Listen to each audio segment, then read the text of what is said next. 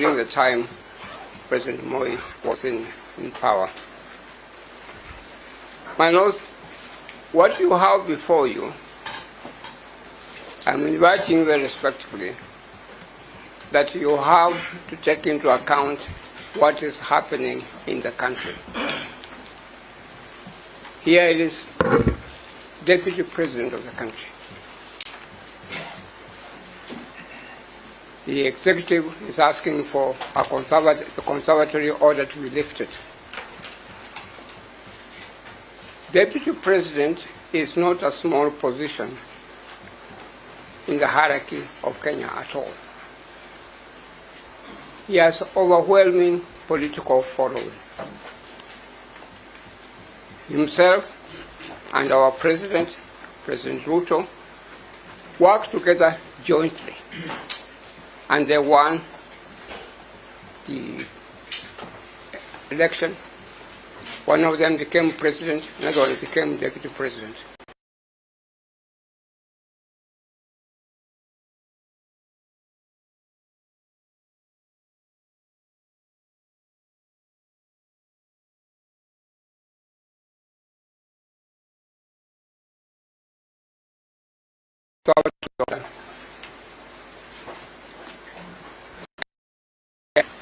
In the country. There could be trouble in the country. Currently, I'm advised the poll rating of our deputy president is 70% in the country. He has won a lot of sympathy votes from those even who didn't like him at all. 70% is quite a big percentage.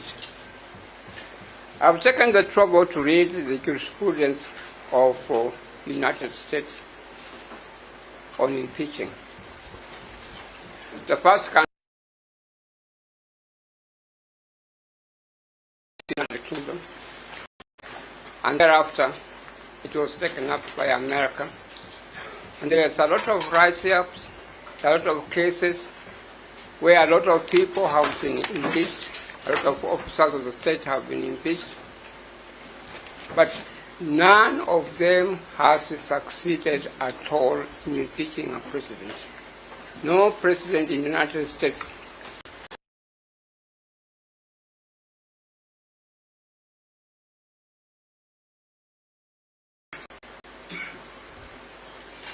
we have got our own problems. Problems of extreme poverty. Our people now are wallowing in poverty. They cannot get a meal. Those of us who happen to be in a certain class are lucky. People like Camino can talk about going for lunch. There are some people in this country who can talk about going for lunch at all. Our people are in a very poor kind of situation. We have problems of tribalism. We are still a tribal society. We cannot pretend that we are more sophisticated at all. We have problems to do with the conservation. We have got problems around ourselves. Our neighbors are not doing very well. Somalia, Sudan, and etc. They are not doing very well at all. I am submitting to you very respectfully. These are factors that you cannot afford to ignore. You cannot afford to ignore them at all. And it will be a disaster. It will be devastating for this court to proceed and lift the conservatory order and bring in Professor Kindiki as Deputy President. I don't know very much about Professor Kindiki. I have nothing against him. He has never wronged me. And I don't think that he has ever said anything anywhere against me at all. I have nothing against him. But all that we are very much interested in at the moment is to make sure that we have one country. May I remind you, the court, the Honorable Court, very respectfully, whenever there has been a great departure from the Constitution of Kenya or from constitutional jurisprudence, there has been a problem around. In 1980s, 81 and 82, that's a time when a lot of people were being thrown into detentions.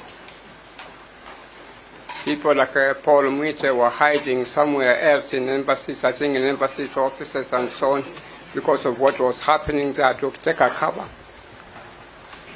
I was personally in detention at that time. That is the time when we had a coup in the country. In the year, I think it's 2007, we more or less had also chaos in the country.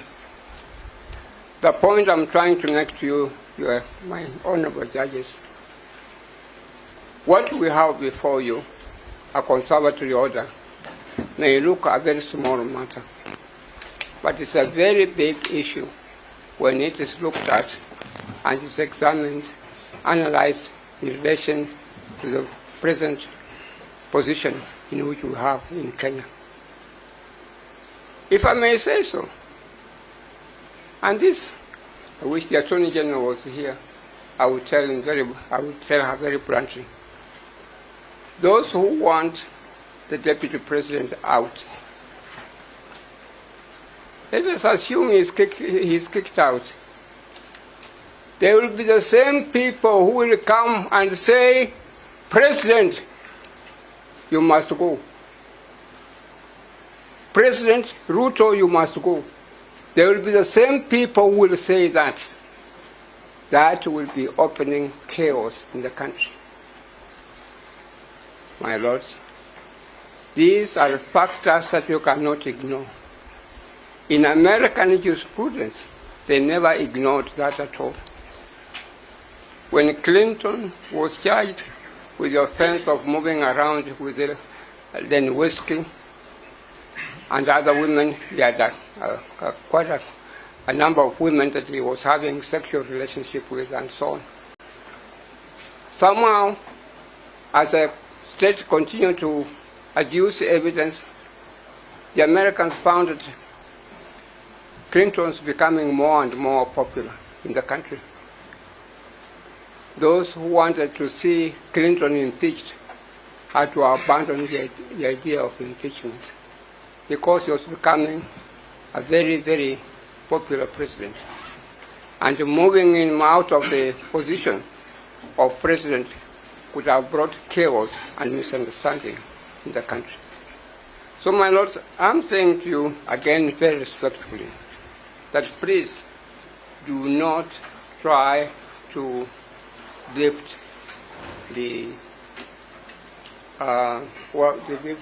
conservatory order as my land friends are asking for. I hope my little girls have brought my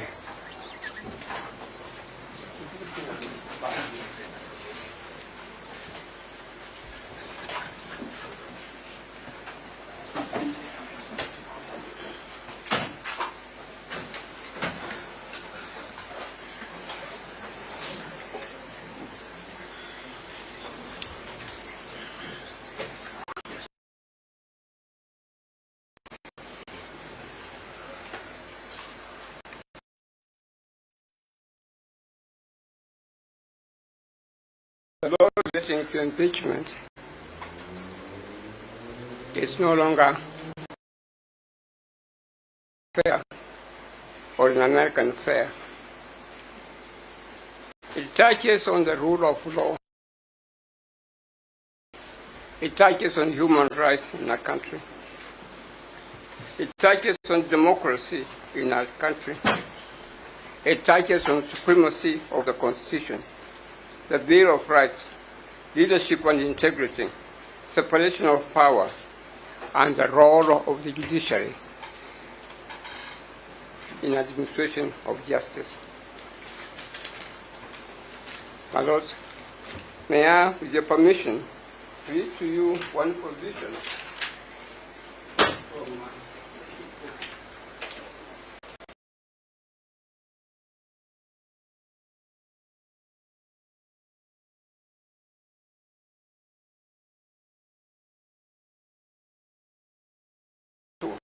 a commentary in the Constitution of Kenya, page 150.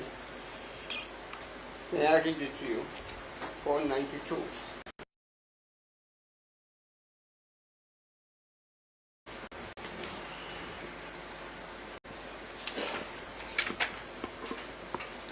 This is a commentary in the Kenyan Constitution by our jurists here.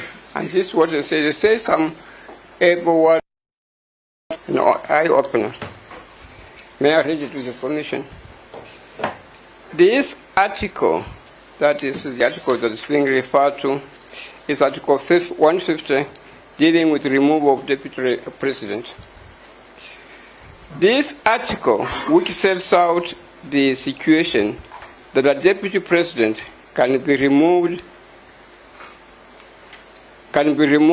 protects the Deputy President from arbitrary decisions. What has been taken here is an arbitrary decision by Parliament, by the Senate, and that should not be taken by the court at all. Arbitrary decision of the President in the field Constitution. If I may pause here, there is a mention of the President. A lot of problems we've had in this country have been caused by the executive, have been caused by the President.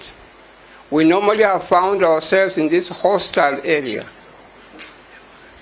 because of the acts and behavior of the President. We must tell it as it is. President Moi caused detentions. He acted rashly by putting people in detention. We have had extrajudicial killings because of the presidency. We have had some other ills because of the presidency. May I continue, please? In the repealed Constitution, the Vice President could be removed very easily, merely by the instruction of the President. That is true. That's how my great friend and my great client, Jaramogi Odinga, found himself having to resign because of what was happening. Professor Karanja, faced a similar kind of problem. He was kicked out by the President, by the roadside. The Vice President could therefore have been said to be at the mercy of the President, who appointed and dismissed them at will. The current state of affairs enables the Deputy President to sit a heartbeat away from the Presidency, yet enjoy constitutional protection against whimsical section of the President. Let us not forget those wise words, my lords and my lady. I'm inviting you very, very respectfully. Read those words, page 492, and if it becomes necessary, incorporate them even in your own ruling. What is going on now is that the Deputy President and the President probably are not getting on very well at all. In my own humble view, for the years I've worked, a person or persons with whom you are working are not always friends. Sometimes you disagree very, very vehemently, very, very strongly. You may even end up by probably abusing one another, but you still continue to work. You still continue to work. You do not have to be friends to work together. Husband and wife, is there a problem?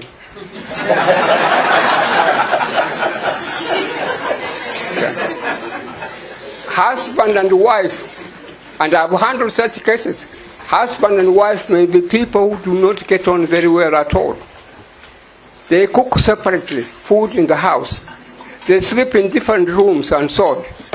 But they have made up one decision. They do not want divorce. They want to make sure that the children are brought up in a family. Russia and America are not getting on very well at all. But if you go to Moscow, you will find American lawyers, American medical doctors, American businessmen. If you go even to New York, the same thing, you'll find Russians. To have a relationship, you do not have to be friends at all. The fact that the president now and the deputy president do not talk to one another, it does not matter. At the beginning, they were talking very well. They were talking to one another very well. Ratio and Rachel and Dorcas were great friends. Some of us were very happy that you could see two wives, two presidents, all of them looking like people of the same family. That is the culture we want. That is civilization we want. That is the peace we want, so that we make sure that we can develop our economy. But not this kind of quarrels and so on, and where one now is able to convince others that we cannot work together, therefore we must divorce. My humble submission, Mr. Lord Eric Ogola, who is, as you are presiding over the bench, please come up with a judgment or come up with a ruling that you are not going to lift these conservatory orders. If you do so, you will be opening a chapter for this country which we may not be able to handle at all. Currently, let me remind you again, the deputy president is enjoying poll rating of 70% in the whole country. He has attracted sympathy votes from people who like him. And the Parliament or National Assembly, which actually impeached the deputy president, if you go through what happened, was a disaster, was disappointing. It is not something to be emulated at all. If you go to the other house, the Senate, again was a disaster.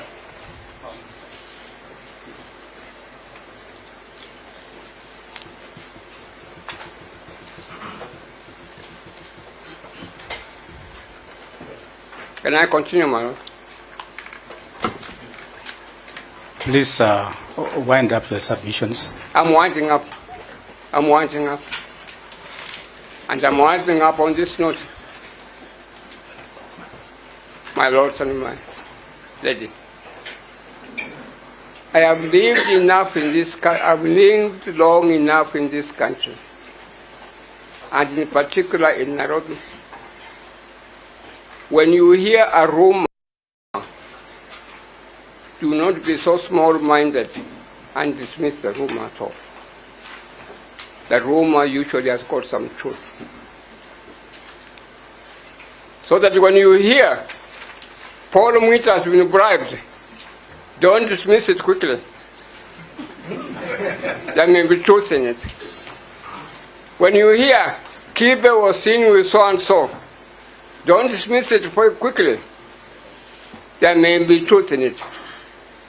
This is the ability that Justice Martin had, and that's why he was able to rise to where he was. The ability to be able to know what's going on in the country and so on. We are a corrupt country, and Besha still controls the country. It controls Parliament. It controls Senate. Let it not be said it controls petition. Thank you.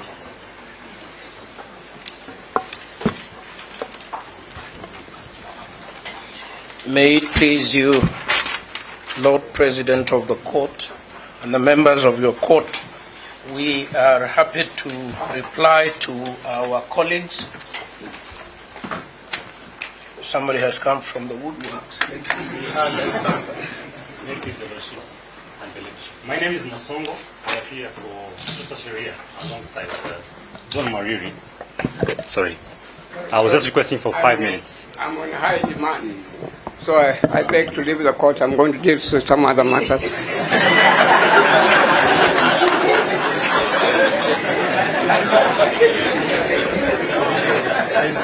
My Lord, just a clarification whether Kituo cha Sheria was enjoined. Last time Dr. Aminwa made an application for Kituo cha Sheria to be enjoined, and then you enjoined Dr. Amino himself.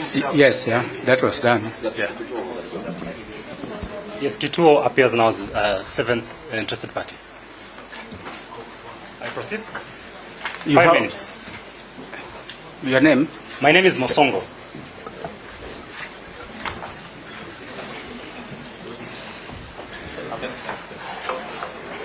I proceed? Yes, please. Thank you so much. Your Lordship and your Ladyship. At Kituo cha Sheria, our slogan and motto is that we care for justice. Our intentions at all times is to uphold the Constitution and ensure access to justice. And we have been, for the past 50 years, been recorded as an organization that promotes that. For sure, I'm not 50 years, but I do stand on the shoulders of giants who have been there before me. And I want to just bring out 5 points in my few minutes. Why you shouldn't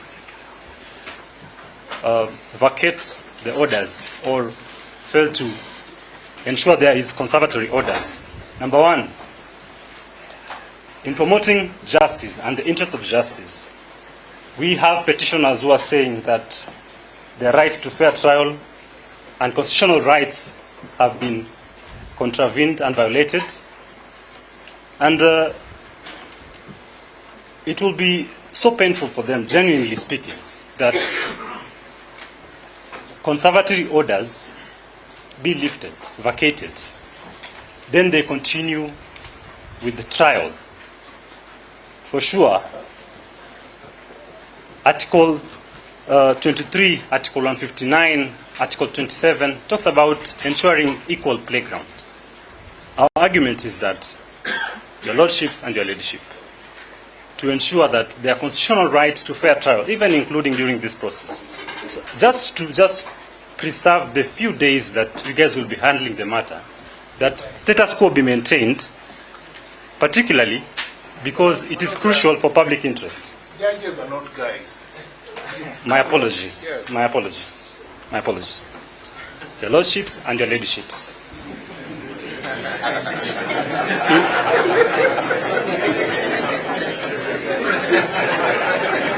Your Lordships and your Ladyships. If I may proceed. It is indeed in public interest, genuinely, that, and for stability, that for sure status quo be maintained, not only for the current president, vice president, or even the nominee of the president, because you know it said ukiona cha mwenzako, kichwa cha mwenzako kimenyolewa, chako kitie maji. It is critical even for future vice presidents, to deputy presidents, to have their rights safeguarded, and at least the courts provide a guideline on how Article 145 is to be exercised. And for sure, we also think that and argue that procedural integrity and legal precedent that you are at this point making, your Lordships and your Ladyship, it is important that the court at least safeguards the petitioners who are claiming their rights have been violated, and they need a conservatory order pending the determination and final outcome, so that it doesn't embarrass the court ultimately when now you make a finding that for sure the entire process could have been flawed. We argue that to also avoid arguments that possibly there would be potential bias, we encourage the Lordships and the Ladyships to really consider that, as I wind up, that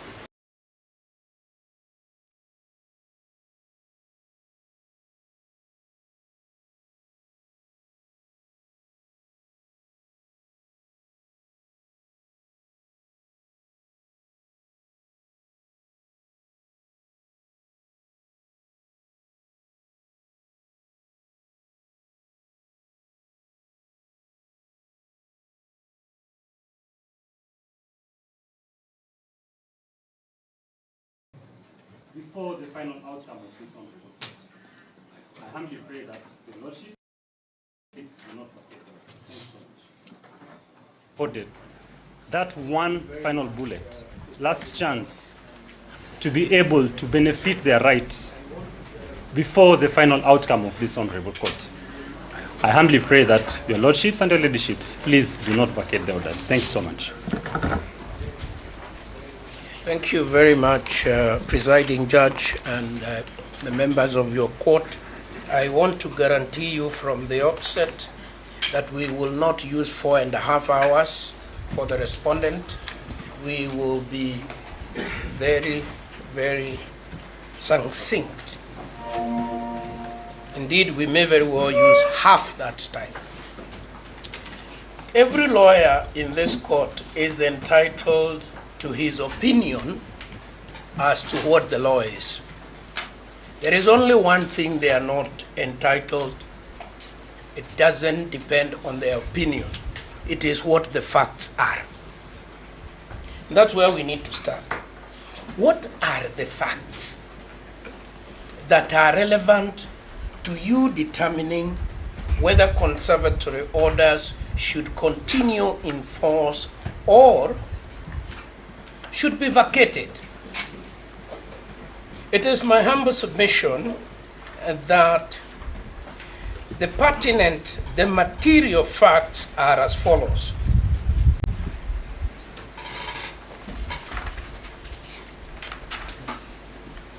On the 17th of October 2024, the Speaker of the Senate gazetted the removal from office of the former Deputy President, the Honorable Rigathi Gachagua, by dint of Article 157, sub-Article 7.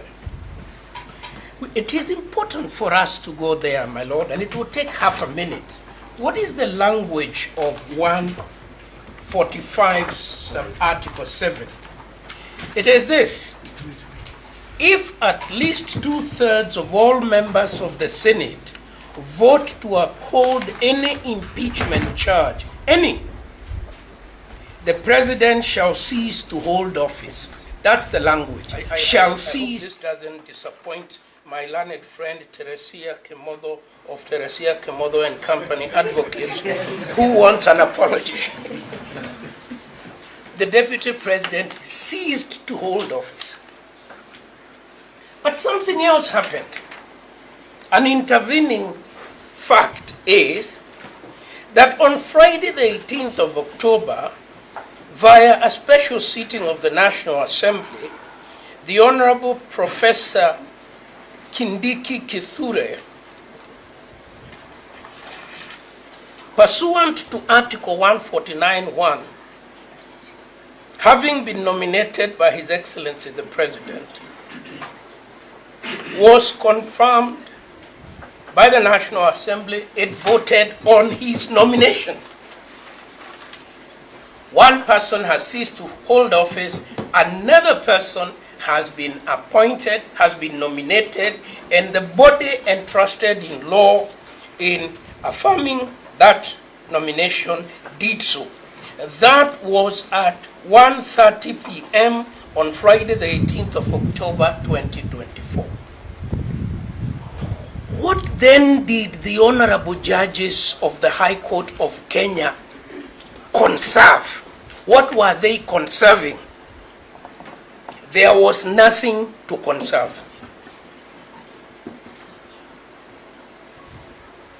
In the logic of the law, we've been told that, a lot about why the Constitution is very important, why it's very special, why it's very transformative, why it's not like the Constitution of other countries. It may very well be all that. But the Constitution is a law to be interpreted the way we interpret all law. When we read a will, we don't start searching for the spirit of the will, because the will is speaking. It is saying, I leave my assets to my son, to my daughter, to my uncle. So a person reading a will doesn't tell the family, before we read the will,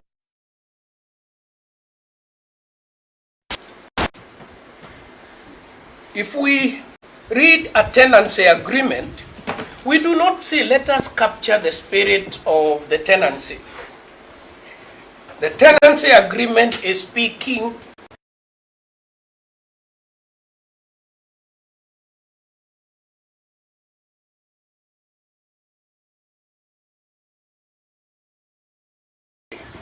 where is the ambiguity when the Constitution has said, shall.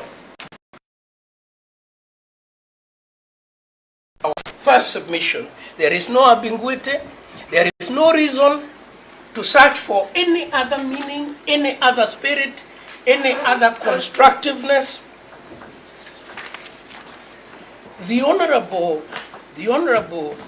The petitioner is aware of that. There is an affidavit here called supplementary affidavit in support of the petition. What does it say in paragraph 22? In this case, however, Kithure Kindiki was unqualified because he had not been a member of UDA political party for 3 months preceding the nomination. He was ineligible for nomination to the elective position of deputy president under Article 37 on the 18th of October 20, when the vacancy arose. This is not the Attorney General's affidavit, it is the petitioner's affidavit. So, reacting contrary to his express instructions, because he has sworn an affidavit in which he acknowledges that that office became vacant. It is our second submission that when the so-called conservatory orders, and my colleagues will demonstrate that these are not conservatory orders, these were mandatory injunctive orders of a nature not contemplated by the Constitution in this circumstance. At 1:31 p.m., when the conservatory orders both were issued, both in Kerugoya and in Nairobi, there was nothing available to conserve. The substratum of their complaint had been overtaken by events. And so much so, my lords, that, and my learned friends will take you through this, there are several judges who were approached to give conservatory orders, including this bench, and you said there are matters here already overtaken by events. That news may not have reached other parts of the country. Very briefly, I will argue the public interest. My lords, this constitution is a constitution to protect everybody. Sometimes it is cited as if it was tailored only to protect a section of the society in Kenya. It is for everybody, including the institutions that it establishes. It is to protect the judiciary. It is to protect the legislature. It is to protect the executive. We are told continuously that the executive is a problem. The executive is a problem. The executive is also protected by law. The president has a power donated by this constitution to nominate a deputy president. He did that. He has a power to send that name to court, to parliament. He did that. Parliament has a power to vote on that vote. It did that. But it is being suggested that that in itself finds no protection under the Constitution. What finds protection in the Constitution is the conservatory order that came from Kerugoya. Kerugoya, yeah. A place called Kerugoya.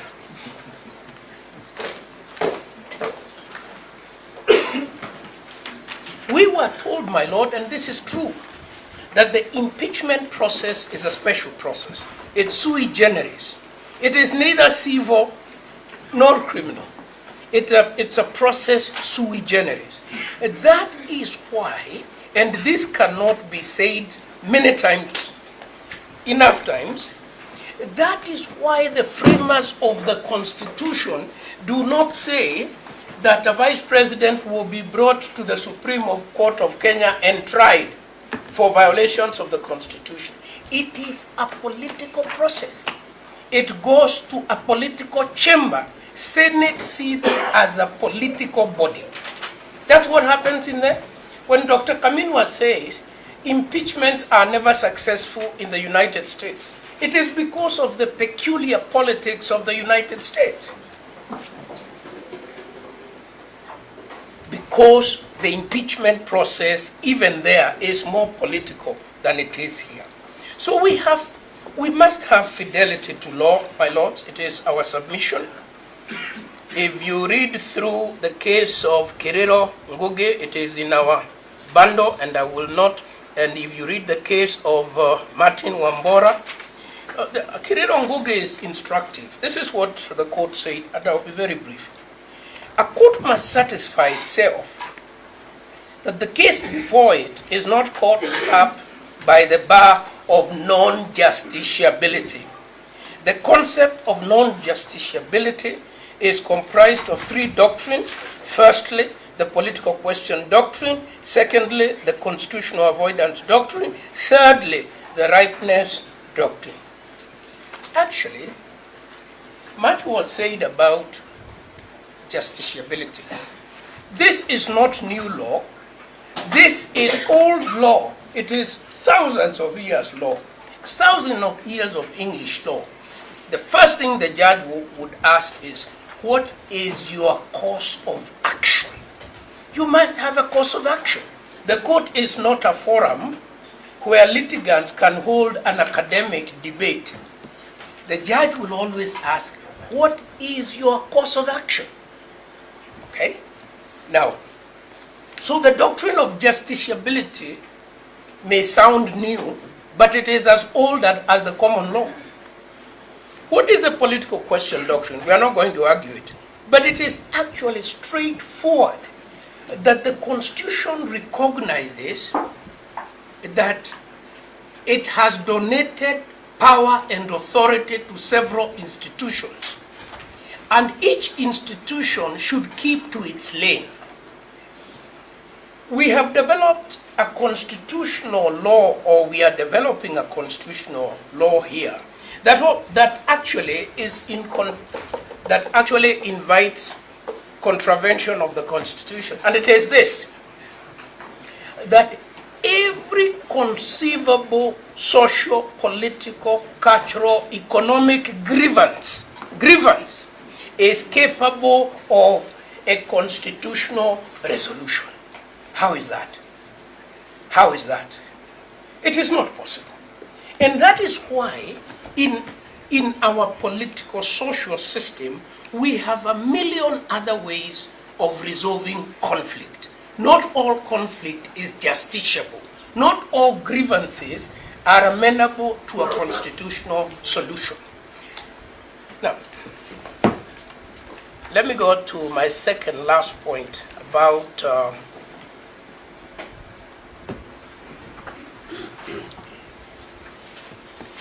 I want to take you to the case of County Government of Kisii and two others versus the Independent Electoral Commission. It is a 2024 decision, and this is the last thing I'll say before I invite my colleagues to come in. The gracious lady will not have to bang her gong. This is what the court said in that matter.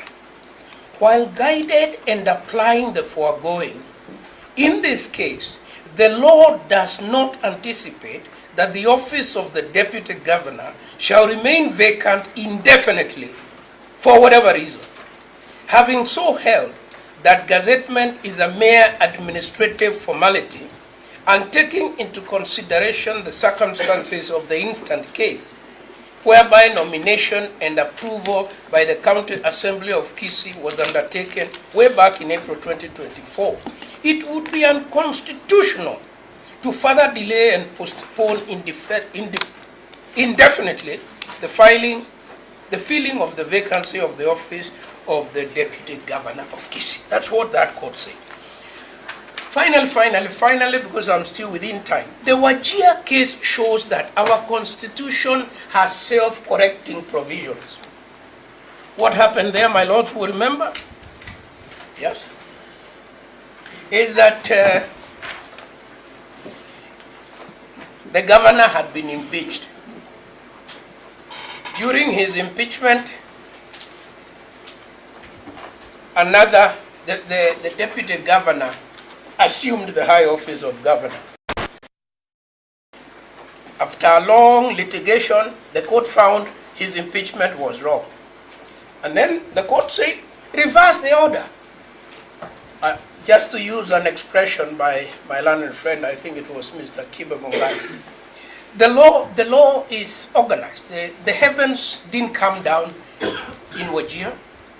The law said, go back to your office, and the rest of you go home and do something else. That is how to ensure certainty, predictability, stability. That is what we should have here. We are here. I am told on behalf of the Attorney General to assure you that for as long as this matter is litigated, the law will be observed. If a day comes when anything needs to be reversed, that will be reversed. But for now, the public interest is in continuity. Thank you. Yes, my lord. Your Ladyship and my lords, let me dive right into my submissions, and I will demonstrate, my lords, that contrary to the submissions made by my learned friends,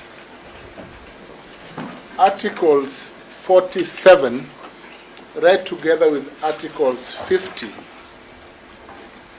and Article 25(1)(c) on the right to a fair hearing, were complied with. And I will show, my lords, that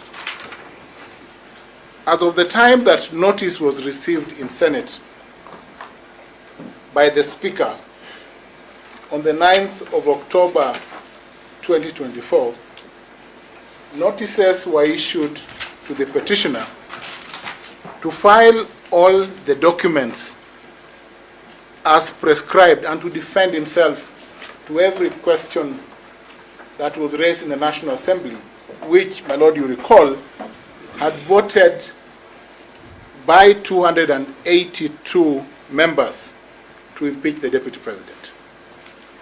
The right of fair trial, fair administrative action under Article 47, and the right to a fair hearing were therefore preserved. And I will just demonstrate as I move on to show that once the 16th and the 17th were gazetted as the dates when the Deputy President would be heard, and that would be the Wednesday and Thursday of October 2024, the motion, the 7-day period when motions and pleadings were exchanged, then commenced. And all parties were aware that the Senate investigations would take 2 days. Your Ladyship and my lords, parties were then invited to respond to every allegation. This was a two-tier trial, my lords.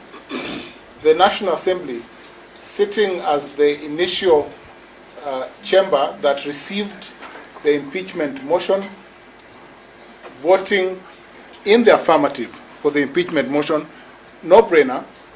The Senate, as a trial chamber, my lord, Articles 94 and 95, donating powers to Senate and to the National Assembly, respectively. The Senate then proceeded to afford an opportunity. And I want to just demonstrate, my lord, that Article 1(2) of the Constitution designates Senate as the National Assembly as speaking for the people under Article 1. Because the people may either exercise their powers directly or through their elected representatives. So my Lord must read the Constitution in the sense that the Constitution then, speaking through the people, Senate was the trial chamber that undertook the trial as by the Constitution contemplated.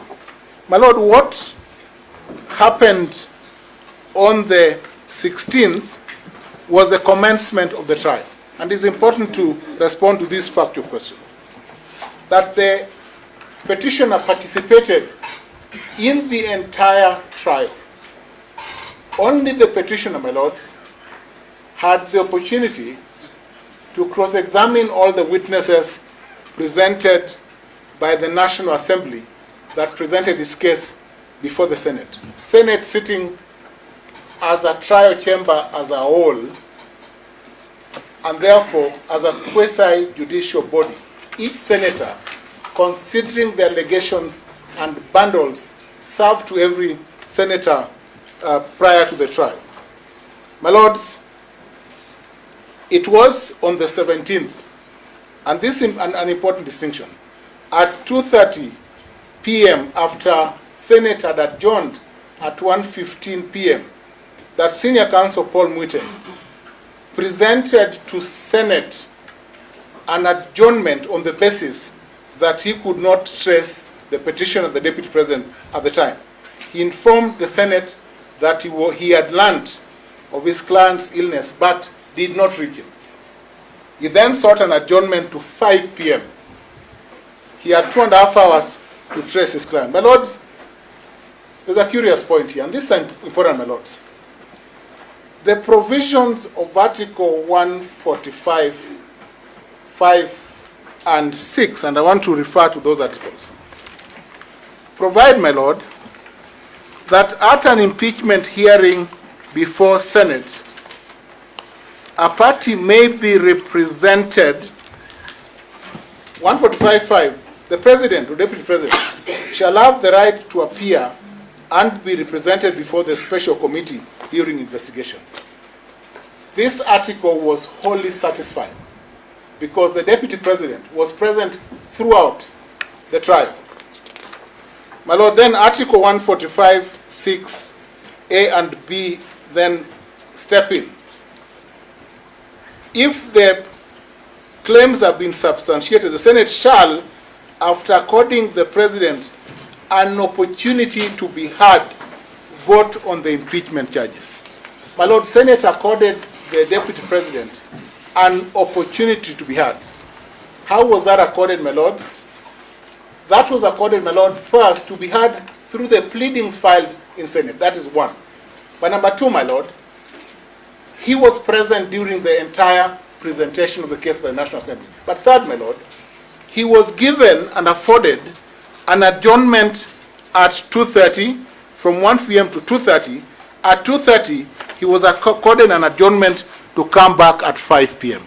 My lord, what happened at 5 p.m. is summarized at paragraphs 25 to 28 of our submissions, and it goes like this, my lord. At 5 p.m., my lords, the Deputy President, the counsel for the Deputy President, Senior Counsel Paul Mwite, submitted or told Senate that he could not trace his client, but that he had been admitted at Care Nostrum. He neither presented a medical report nor a report from any doctor. And that is an important observation. But beyond failing to present any document to demonstrate the truthfulness of the health status of the Deputy President, my lord, counsel and his team, Senior Counsel Paul Mwite, Eminent Counsel Elisha Ongoya, and the entire team proceeded to walk out. And why did they proceed to walk out, my lord? Perhaps they did not read the wording of the Constitution and or the standing orders. Because a party, my lords, may be presented or may be present at trial by himself or through an advocate or representative. In this case, my lord, every opportunity was presented to the respondents to present, but they opted, my lord, not to proceed and not to provide any document to Senate at that point to, my Lord, confirm, my Lord, at the point that their client or the Deputy President in that matter was unwell and admitted. Senate then proceeded, my Lords, to vote on that question. My Lord, this is where Standing Order 85 comes in, and Rule 6 and 7. I will elaborate. Number one, my Lord, under Standing Order 85, senators on a procedural motion may vote by acclamation. That vote was carried, and Senate then voted to proceed. My Lord, the catch here is Rule 12 of the rules that govern the proceedings. Once the 16th and the 17th of October 2024 were gazetted as the days that we had to proceed, that Senate proceeded, my Lord, the proceedings had to be sequential and could not be stopped because of the requirement that the proceedings were time-bound and were to conclude in 10 days. The last day, my Lord, that the proceedings were to conclude was the Saturday, the next day. My Lord, unfortunately, Senior Counsel Mwite, and the Hansard will demonstrate this, my Lord, had applied for an adjournment to the following Tuesday. My Lord, we have demonstrated that the petitioner dragged the carpet from his own feet, deliberately decided to sabotage his own appearance when he had been in court in Senate for the last 2 days up to 1:15 p.m. before deciding not to be reachable by his entire team and the team making it worse by disappearing. My Lord, my Lords and your leadership, the petitioner had taken part in the cross-examination of all the parties. No case, my Lord, has been presented before you that, one, there was a violation of the standing orders of Senate. That's number one.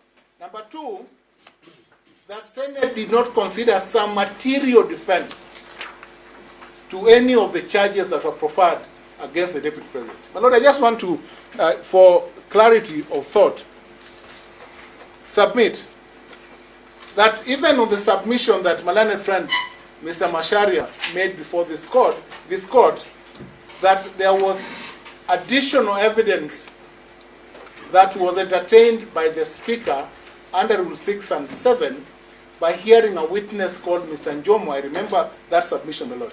My Lord, that was a substantiation of a charge on economic crimes that failed.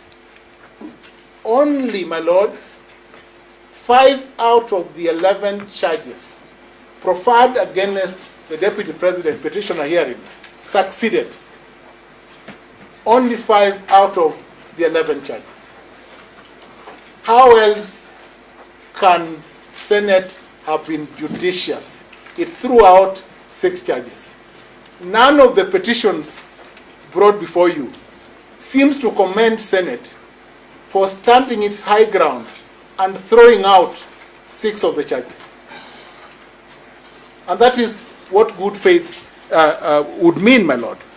That out of the 6 charges, my Lord, the Deputy President was convicted on the gross violation of Articles 10(2)(ab), 27 and 129 on the shareholding remark.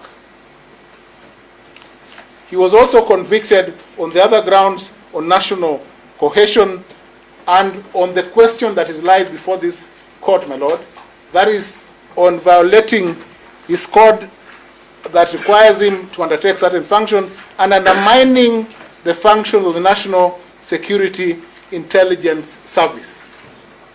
Ms. Kimotho of Kimotho and Company Advocates would want the Deputy President to apologize on that count. That's a live matter.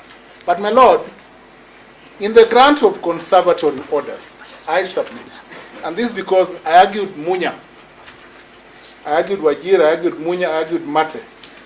So I'm an authority in this area, clearly. My Lord, on the principles that the court considered, the Supreme Court considered in the Munya case, public interest, I think on the scales, weighed highest that this court must take into account the import of a conservatory order issued ex parte against public interest. My Lord, this is a country that is built on the Constitution of Kenya 2010 with a president whose powers are defined under Article 131 of the Constitution. And Article 131 has a rider that the president's role as the chief executive of the country shall be performed by himself directly and through delegation by the deputy president. This country, therefore, cannot contemplate an interregnum. That means space of power. An interregnum is not contemplated by the Constitution. The position of the deputy president, my lords and my lady, must therefore be filled at all times. And that is why the applicants know well that this country must move on and have a deputy president sworn in because of the dictates of Article 131 of the Constitution. My lady and my lords, a conservatory order is therefore inconceivable in the terms defined in the Munya case. A conservatory order of the nature issued by Justice Mwongo is not only unfeasible, but flies in the face of principles of public interest. The interest in Meru County then was to avoid an interregnum in the governance structure so that Meru County could not collapse. And we took the bold measure to go to court at that time to protect Munya. This court would only use that authority to support the appointment of His Excellency Honorable Professor Kithure Kindiki, so that this country moves to the second level. I would urge you to discharge the conservatory order on that principle alone, that the wider public interest is greater than the interest of the former Deputy President of the Republic of Kenya. My Lord, wherein would his remedies lie? My Lord, friend, your body would submit. If it is a salary of 1 month, that would be compensable by damages. If it is a week's salary that is 6 that I should have been or to have been Deputy President, that would be compensated in monetary terms. But this country, my Lord, cannot be at a standstill and be held through litigation, because we need to have that position filled. My Lord, if I move to the other point, my Lord, we have submitted that since every opportunity was accorded to the Deputy President to present his case, and that he failed to present his case, my Lord, every argument before this court by my learned friends on the import of the processes of an impeachment fall on their back. They fall on their back, my Lord, because the authority in Mike Mbuvi's Sonko and Nairobi City County Assembly, and again I argued this one, my Lord. In part, I was in this matter. In this case, my Lord, the impeachment was upheld. In this case, Mike Mbuvi Sonko had sought to fault the process leading to the impeachment because there were no reasons given for the impeachment. The Court of Appeal rightly stating that 1, there was the Hansard that contained reasons. 2, my Lord,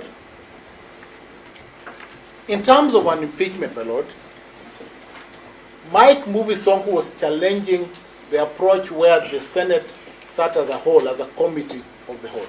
The court finding, my Lord, that that is an option that is open to Senate and cannot speak to the lawfulness or otherwise. Council on the other side submitted that there was need for a committee. Senate, in its proceedings, my Lord, in its wisdom, had voted to proceed through the whole House and accorded the petitioner all his rights that were due to him at the initial stage only for the petitioner not to avail himself to take advantage of the second opportunity to be heard. My Lord, we submit, my Lord, that unless the processes of Senate are faulted by my learned friends, the impeachment became final when the vote was taken before midnight on the 17th. And His Excellency, the Deputy President, Rigathi Gachagua, stood impeached henceforth. Unfortunately, my lords, this is an impeachment which has no comeback. It is like a death. You have died. You can't come back to life. But you can have certain claims in succession.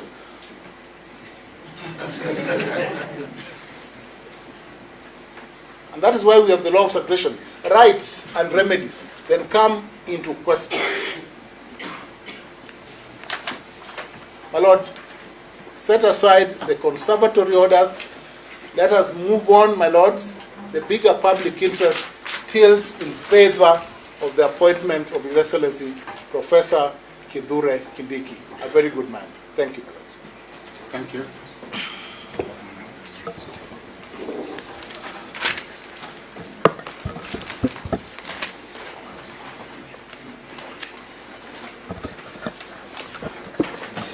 My Lord and my Lady, my name is Mudomi Nkolu for the second interested party, and to that end, we have filed a notice of preliminary objection dated the 24th of October, the year 2024.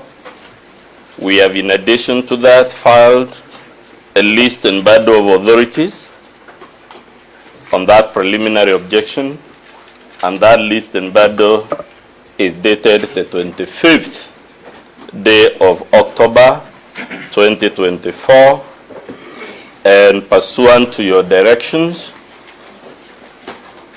those are the bundles, my Lord. I would suggest you hold them close to you because I'll be referring to them shortly. We have, in addition, filed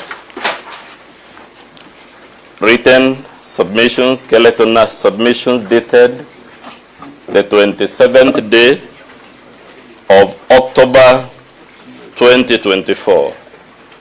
Before I delve into the PO, my Lord, a suggestion was made to you.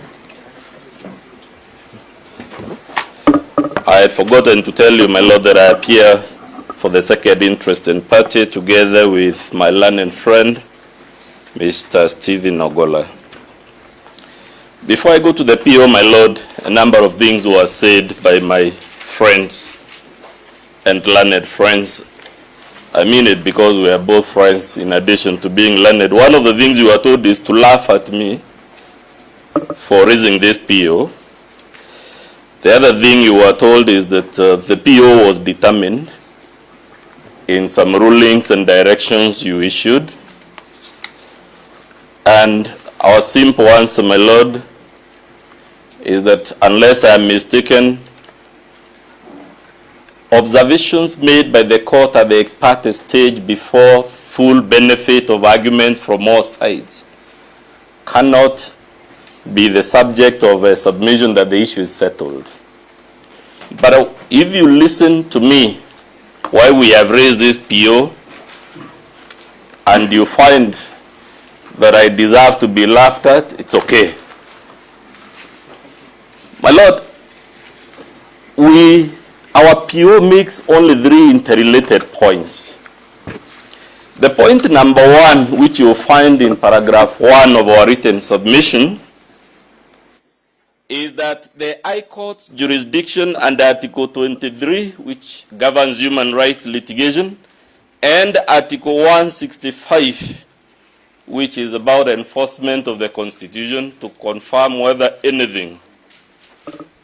I'm here to tell you very shortly, my lords, the word anything does not actually mean anything in the literal sense, and specifically to tell you that your jurisdiction under that Article 165 does not extend to disputes as to the impeachment of the president and the deputy president. Yes, the court has jurisdiction to enforce human rights.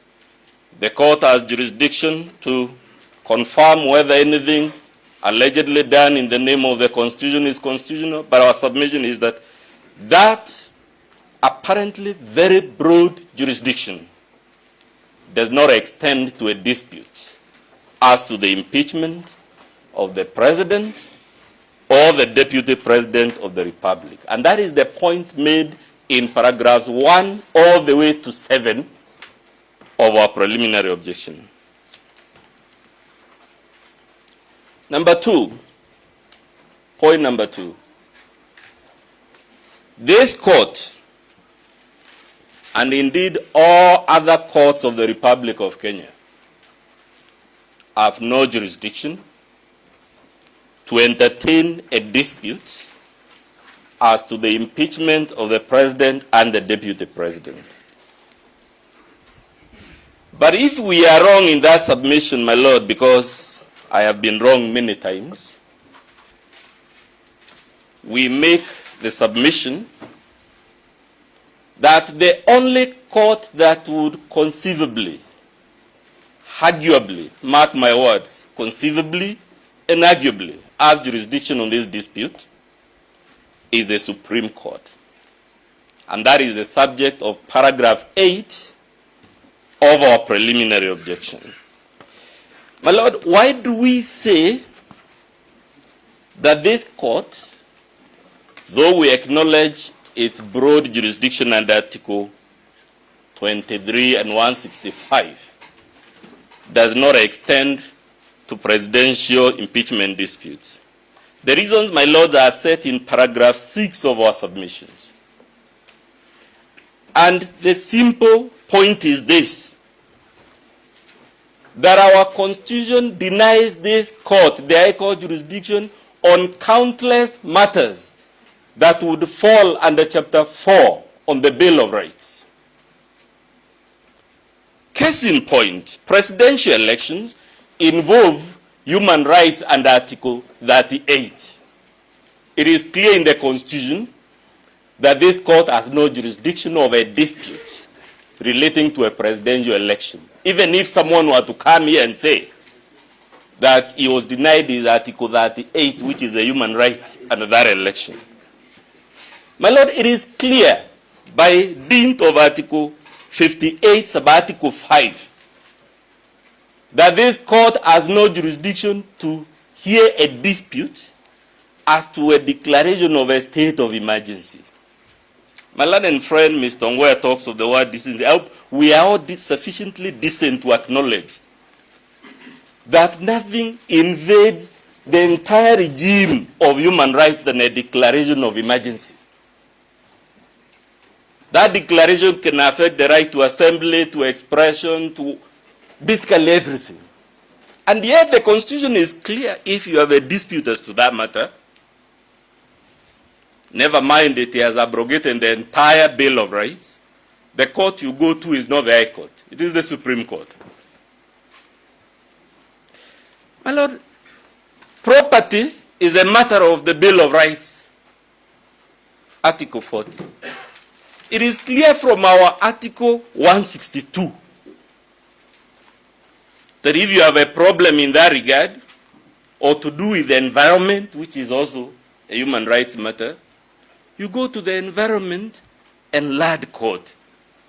So, my Lord, I'm here very humbly to tell you, the mere fact that someone has run to you screaming Article 23, Article 165, does not without more mean that this court has jurisdiction to hear that matter. In other words, my Lord, for you to exercise jurisdiction over this matter, you've been told many matters, and as far as we are concerned, the matter before you, the substratum, is the impeachment. These things you're being told about Professor Kindiki are diversionaries or subsidiaries, because without the impeachment, we will not be talking about Kindiki. So the substratum of the dispute before you is impeachment. And our point, my Lord, in the absence of an express grant of jurisdiction on this court, on the substratum of this dispute, on the subject of this dispute, which reminds me of Professor Githu Muigei's issue about justiciability, then you have no jurisdiction. Luckily, my Lord, I hope we all agree that there is no clause of our Constitution that confers on this court jurisdiction to entertain the dispute before you.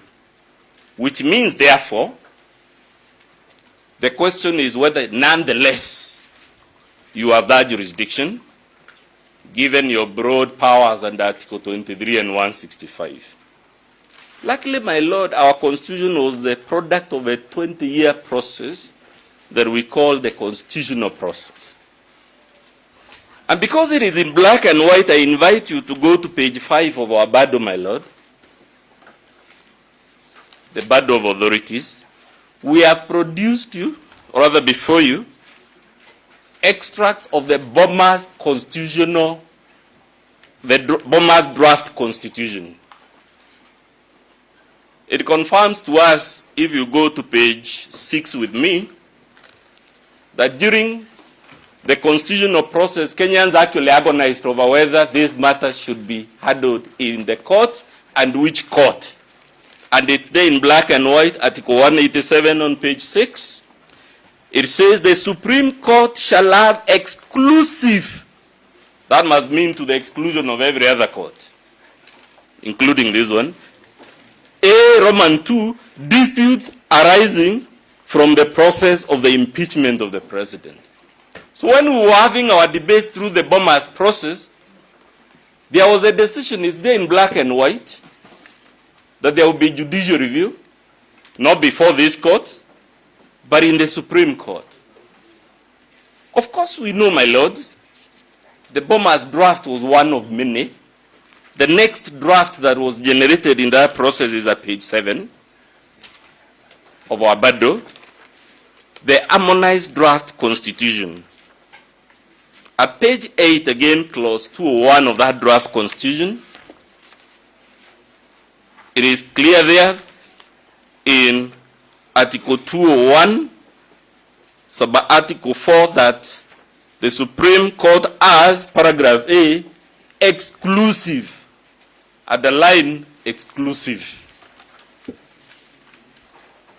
We moved from that document, and luckily, my lords, the bench, to me, should be familiar with this process, to a document that went to the 2005 referendum, which was the Wako draft. We have produced it at page 10 of our Bado. This document is special, my lord, in the sense that it was subjected to a referendum before the people of Kenya. And again, you'll find there, Article 184, Kenyans were still toying with the idea that the courts can interfere with this process. But what I want you to mark again on page 11 is that the court that had been envisioned is the Supreme Court, not the High Court. We all, of course, know that draft was rejected by the people of Kenya, and that must mean, because this is the draft that reached the referendum, that the people of Kenya also rejected this rule of judicial intervention in this problem before you. Why do I say so? The next document is now the official constitution we have today, which is the Constitution of Kenya 2010. And it has no clause conferring jurisdiction on this court or even the Supreme Court. And since that rule was always on the table, my lord, but was dropped from the final draft, we must take it that the final decision the people of Kenya made at the referendum of 2010 was that there would be no judicial intervention in the dispute of the nature before you.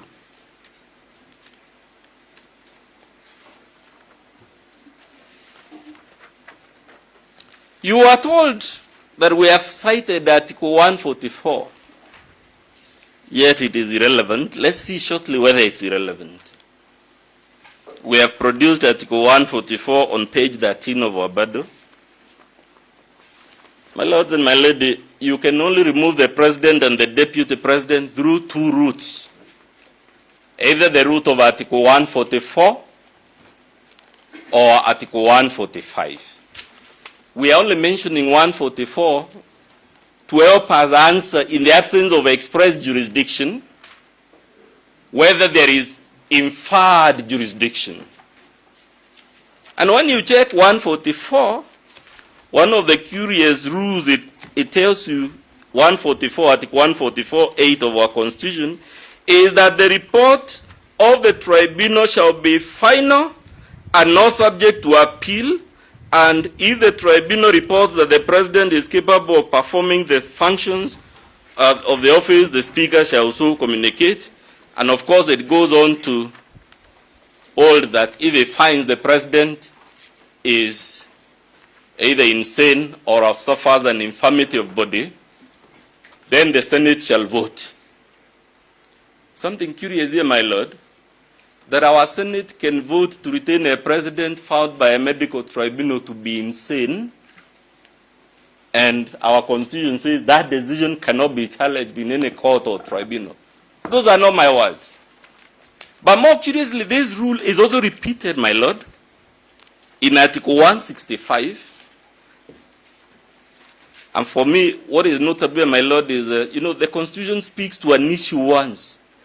It has spoken about this issue of 144 in 144(9), and when you go to 165 again, it says this court has jurisdiction to hear an appeal from a tribunal on removal from office, except the tribunal under 144. I don't know, but it must count for something that those who drafted our Constitution decided to deny jurisdiction not just once, but twice. So the million-dollar question, my lord, if this court has been denied jurisdiction twice for the process under Article 144,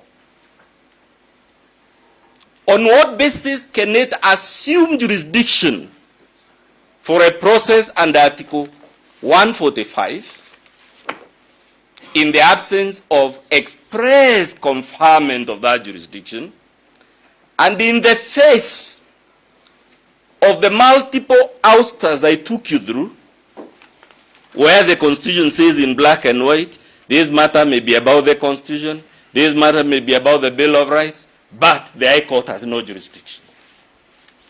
That's what we mean when we say in our PO, my lord, that there is Supreme Court jurisprudence in this country. I'm addressing you now on the authority in advisory opinion number 2, I believe, of 2011. I don't know whether Professor Tom Ojeda was involved. But my lord, we are told in that decision that jurisdiction cannot be arrogated through the craft of interpretation. What the petitioner and those in support of his cause are inviting the High Court to do is to arrogate to itself jurisdiction of a dispute or by the impeachment of the president through the craft of interpretation, through the craft of stealth, through the craft of sophistry. Jurisdiction is something the court either has or does not have. It cannot be inferred. Professor Ojeda is telling me other things one must either have or not have. There is no middle ground. But I suppose he wants me to fall into trouble with the court, so I won't mention them. My lord, let's go to the decision in Nixon versus United States, which is at page 20.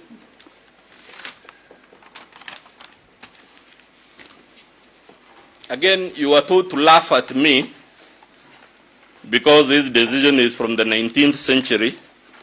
I will invite you to note it's a decision issued in the year 1993. I was in upper primary school in 1993, and my students say I'm still fairly young. So this is not a decision from the 19th century, my lord. But I also want to point to you, 1993 is so recent, coming from the United States, a country that has had a constitution running for close to 300 years, now and counting. Why this decision is important, my lord, is several reasons. One, it is a decision from the United States Supreme Court. Two, our law on impeachment, and I hope again we have, to quote my good friend Ongoya, the decency to agree that it is from the United States Constitution we borrowed Article 144 and 145. Even if you take the rule now in issue, Rule 11 here, Rule 11 in this decision of the Senate.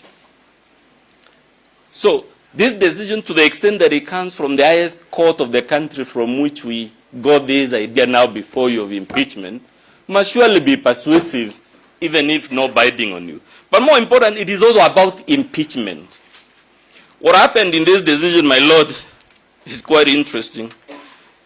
The person who had been impeached was a judge of a federal court in the US. He was sent to prison, but refused to resign from his judicial office.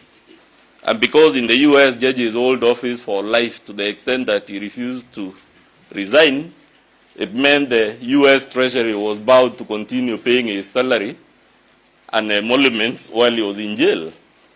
And of course, that absurdity was not going to be let go.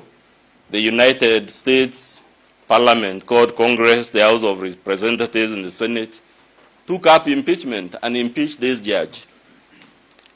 But when you follow the holdings in this case, my lord, they say at page 20 of AJAABU that a controversy is non-justiciable where there is a textually demonstrable constitutional commitment of the issue to a coordinate political department of government, or when you lack judicially discoverable or manageable standards or remedies for resolving it.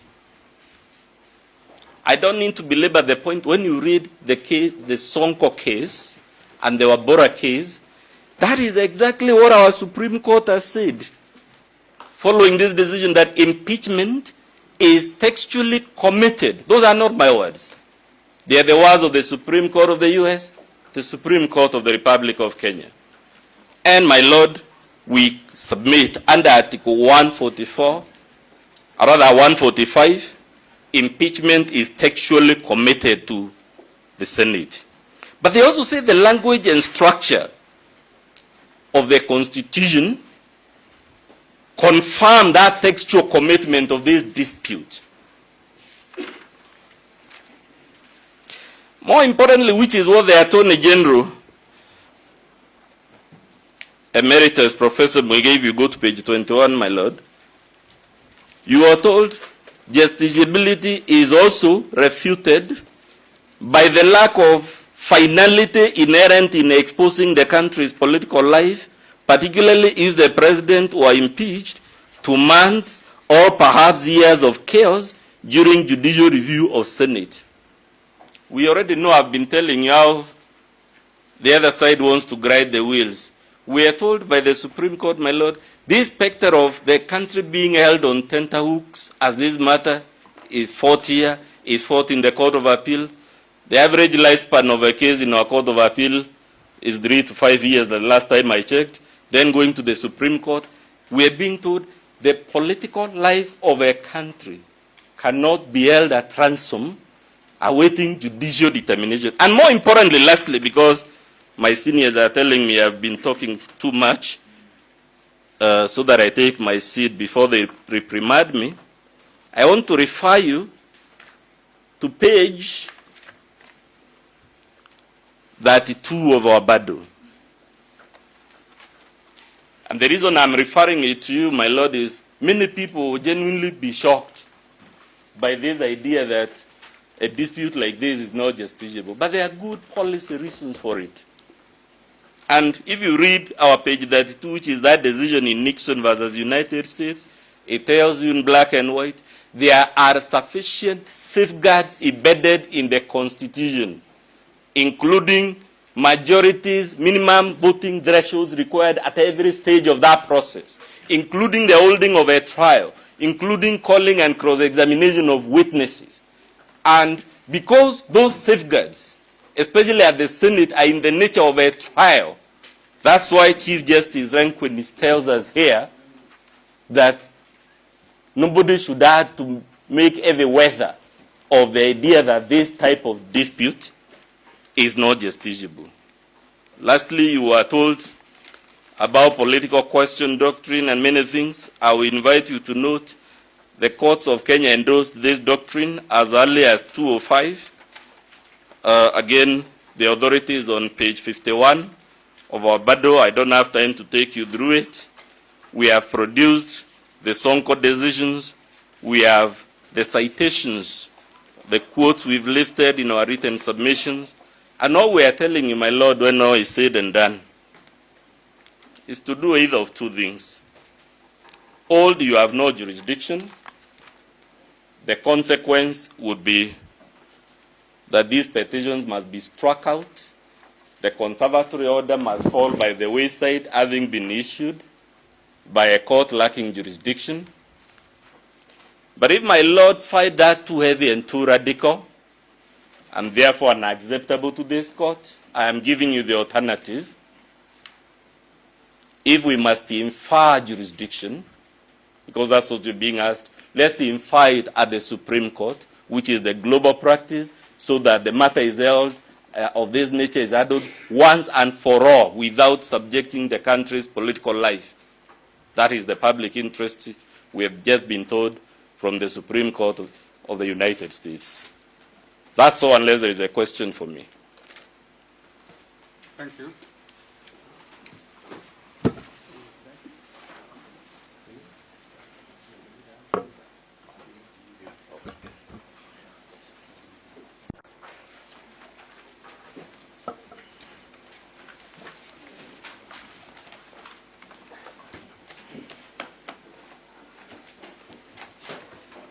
My Lord, my Lady, if it may please you, my name is Milimo. My Lord, I'm here to address you on 3 grounds. Specifically, my Lord, one on public participation. The second issue, my Lord, I'll be addressing you on is fair hearing, with reference, my Lord, to the National Assembly. And lastly, on the nominee, my Lord, the deputy presidential nominee. My Lord, on the first point of public participation, you shall note first, my Lord, that there is no one in the petition before you who has alleged that they were denied an opportunity to participate in the public participation exercise. The second point, my Lord, is that it's common ground to all the parties that public participation was an essential ingredient in the impeachment proceedings. And that is, my Lord, dictated by Article 118B of the Constitution. And, my Lord, on the boxes to be ticked in reference to the public participation exercise, I invite you, my Lord, to refer to the Supreme Court BAT decision. And specifically, my Lord, at page 45 of that decision, which we have attached, my Lord, to the first respondent's supplementary list and bundle of authorities, dated 28th of this month. My Lord, the second authority that I will refer you to on matters public participation is the recent authority, my Lord, that was rendered last week by the High Court in the affordable housing decision, my Lord, that is petition number A154 of 2024, and specifically, my Lord, at pages 178 to 179, rather to 184 of that decision. My Lord, if you are to refer to the replying affidavit of the National Assembly,